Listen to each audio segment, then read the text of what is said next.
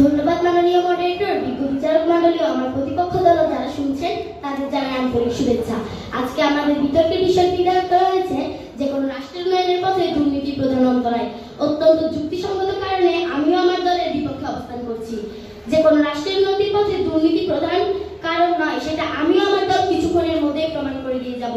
প্রতিপক্ষরা যে কোনো রাষ্ট্রের উন্নতির পথে দুর্নীতি প্রধান কারণ নয়, এর আরো অনেক কারণ রয়েছে, যেমন শিক্ষার অভাব, সচেতনতার অভাব, পারিবারিক মূল্যবোধের অভাব, দারিদ্রতা, নারী পুরুষ বৈষম্য, মানবাধিকার লঙ্ঘন সহ রোহিঙ্গা ইস্যু ও বেকারত্ব।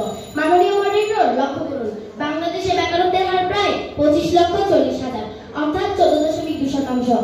যেখানে কিনা কর্মসংস্থান রয়েছে 11.2%, তো সেখানে একটি দেশে 14.2% মানুষ বেকার। সেখানে যদি 11.2% কর্মসংস্থান থাকে, সেটা কি কখনো উন্নতিতে যেতে পারে? তাহলে আমাদের দেশ বা যে কোনো দেশের উন্নতিতে বেকারত্বকে প্রধান সমস্যা হিসেবে চিহ্নিত করা যেতে পারে। মাননীয় মডারেটর, বিগত দিনগুলিতে মেডিকেল, বুয়েট, বিশ্ববিদ্যালয় এগুলো দুর্নীতির মাধ্যমে মানুষ ভর্তি হতে পারত, কিন্তু আমার প্রতিপক্ষরা এখন কি আপনারা আমাকে কোথাও দেখাতে পারবেন কোন মেডিকেল, বুয়েট, বিশ্ববিদ্যালয় কেউ আর দুর্নীতির মাধ্যমে ভর্তি হতে পারছে? আর দুর্নীতি যদি প্রধান সমস্যা হতো, তাহলে টিআইডি কোড অনুযায়ী বাংলাদেশ 2003 সালে দুর্নীতিতে ছিল তৃতীয়, যা বর্তমানে 13তম। তাহলে দেখা যায় বাংলাদেশ 2003 সালের তুলনায় এখন 13তম দেশে পৌঁছেছে, অর্থাৎ অনেক কমে গেছে। তাহলে একটা দেশের উন্নতিতে কিভাবে দুর্নীতি প্রধান অন্তরায় হতে পারে? মাননীয় মডারেটর, এখন বলতে চাই ভারতীয় অর্থনীতিবিদ অমর সেনের কথা। তিনি বলেন, কিছু কিছু ক্ষেত্রে বাংলাদেশ বিশ্বকে চমকে দেওয়ার মতো করে সাফল্য এনেছেন। তাছাড়া বাংলাদেশকে উদীয়মান 11 হিসেবে গণ্য করা হয়েছে। তাছাড়া যখন কোনো দেশ বাংলাদেশকে তলাবিহীন চুরি বলেছে, তা হতে যাচ্ছে 2035 সালের মধ্যে বৃহৎ অর্থনৈতিক দেশ। তাহলে প্রধানমন্ত্রী শেখ হাসিনা বলেছেন বাংলাদেশ উন্নত রাষ্ট্রে পরিণত হচ্ছে। তাহলে ভারতীয় অর্থনীতিবিদ অমর্ত্য সেন, প্রধানমন্ত্রী শেখ হাসিনা এবং অন্যান্য দেশের অর্থনীতিবিদরা কি মিথ্যে বলছেন যে বাংলাদেশ রাষ্ট্র উন্নতি হতে পারছে না? প্রতিপক্ষ, আপনাদের একটা কথা না বলে থাকতে পারছি না, হায় রে কপাল মন্দ, চোরটাকে কমে।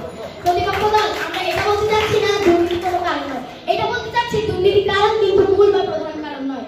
এর মধ্যে রয়েছে নারী পুরুষ বৈষম্য, পুরুষতান্ত্রিক মনোভাবের কারণে নারীরা সমাজে অবতীর্ণ ও অধিকার বঞ্চিত। এর কারণে নারীরা ন্যায় বিচার ও অধিকার পায় না। ক্ষমতার কাঠামোতে প্রবেশের সুযোগ কম পায়।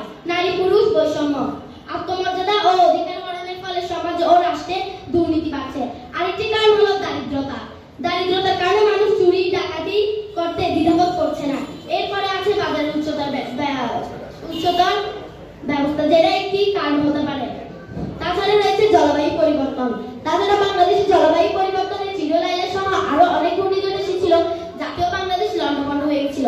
তাছাড়া করোনাকালীন সময়ে যখন বাংলাদেশে 25,000-এর মতো মানুষ পড়েছে, তখনও তো বাংলাদেশের উন্নয়ন থেমে গেছিল। সেটা কি দুর্নীতি ছিল? আমার তো মনে হয় না। মাননীয় মডারেটর, যে কোনো রাষ্ট্রের উন্নতিতে আরেকটি অন্যতম প্রধান কারণ হলো সুশাসনের অভাব। একটি দেশের শক্তিশালী ও কার্যকর সুশাসন ব্যবস্থার উপর দেশের সত্যিকারের উন্নয়ন নির্ভর করে। যদি কোনো রাষ্ট্রে আইন সুশাসনের ব্যবস্থা থাকে, তাহলে দুর্নীতির তো কোনো প্রশ্নই উঠছে না। এক্ষেত্রে আপনারা কি বলবেন বিজ্ঞ